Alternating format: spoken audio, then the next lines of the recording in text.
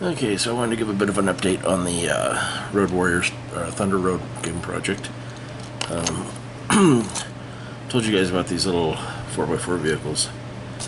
So, this is where I'm at so far. This is the first one that I showed you guys. This one I took the basic, I just basically popped off the body. Took a Micro Machines pickup truck body that I had. I don't think it's not an actual name brand Micro Machines, it's some other off-brand. There's a few different companies that make these things out there. I think this may have been one of the Hot Wheels ones that they did. Because Hot Wheels, I think, did a series of these small ones when Micro Machines were popular. For this one, gone ahead and added a bumper, some exhausts, a couple metal plates, did some chipping on it. This one was kind of a pain. I'm really happy with it, but this took me a little over a week, maybe a week and a half, and it's because with my hand control issues and with my neck problems, sitting there and gluing all these little spikes was giving me a headache and was frustrating because I kept having to sit there and hold them on and readjust them.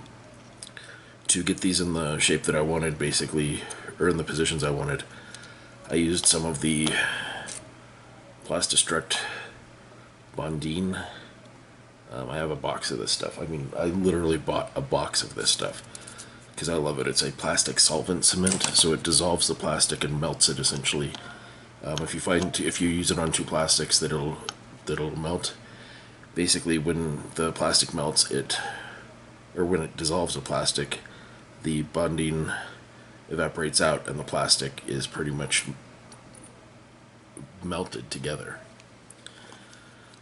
So I used that to get the spikes in the positions that I wanted,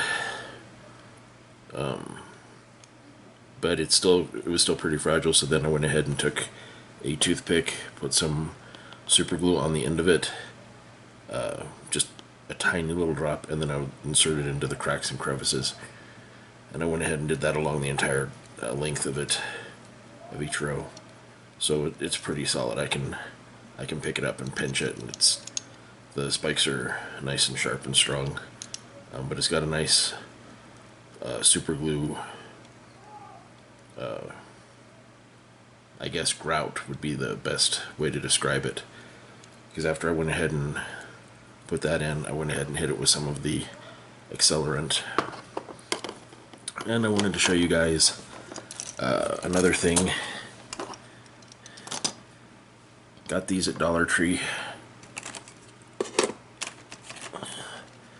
They have these trains.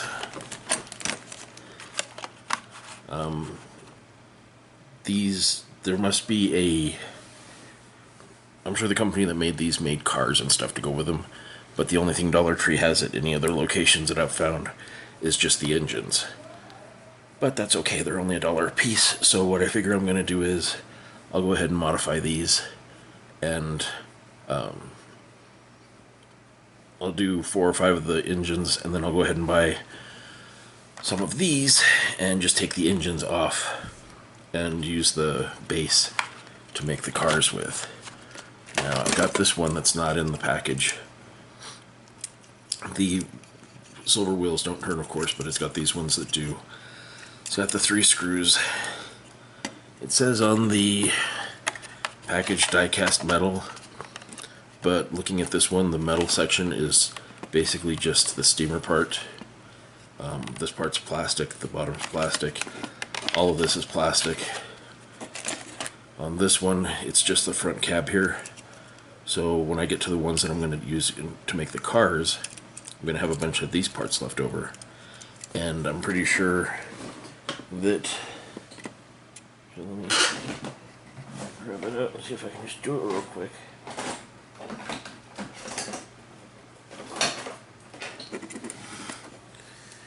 It's a really tiny one.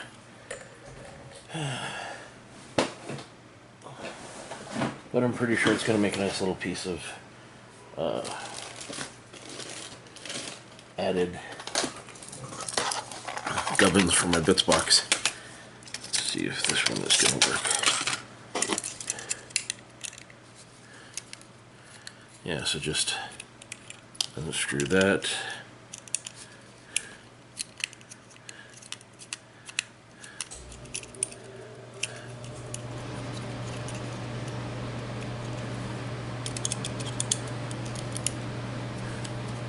Oh, they came out really easy.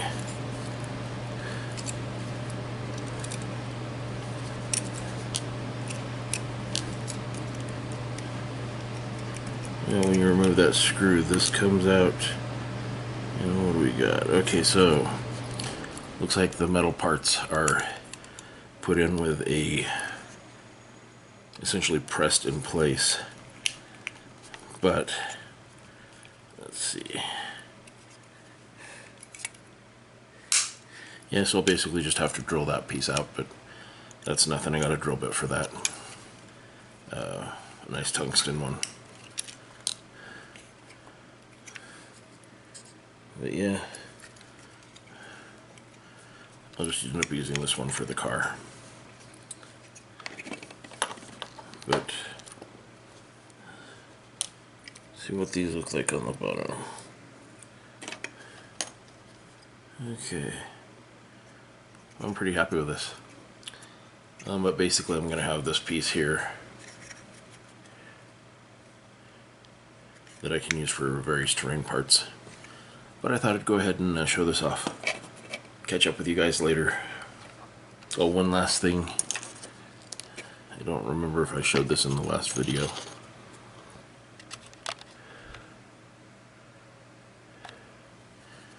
Okay, so I wanted some 15mm figures. I'm still working on these. They're going to be a while. But I've got these. These are going to be quite a while because, as you can see, my hands are pretty bad. And the chiropractor hasn't managed to adjust my disc back yet so that the numbness and pain stop, or at least recede a little bit. So I wanted some prone figures. I've got this one that I'm going to use probably for a dead body. These three will be on the tops of the vehicles, basically firing guns or whatever. The Mad Max Fury Road one had him hitched up to the front of a car. So I figured I'd make this one so that I could have someone that I could put on the front of one of the vehicles. And then I've got this guy that's in a kind of seated position, and I'll go ahead and use him for the tops of vehicles for like a gunning position. Also, the original vehicles themselves have these kind of generic characters here.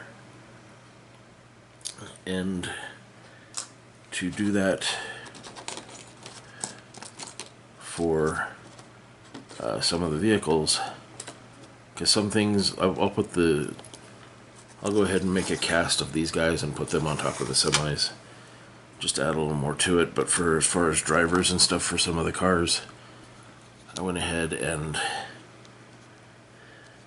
made these, and I'm going to cast these as well, but I'm trying to make a few more. And basically to make these, all I did was take some rectangular stock. Sorry, see if I can get my hand to at least kind of cooperate. Took some rectangular stock, made a cut here, here, here, and here. And then just a tiny cut. Went ahead and took the X-Acto knife, made another cut around the edges of it, and just carved those edges down. Then I used some of my little sanding tools and basically sanded it smooth. Get it down there a bit. Rounded it out. So I'm going to go ahead and make some more, but I just figured I'd show these off. I will catch up with you guys later. Hope you enjoyed this. Bye.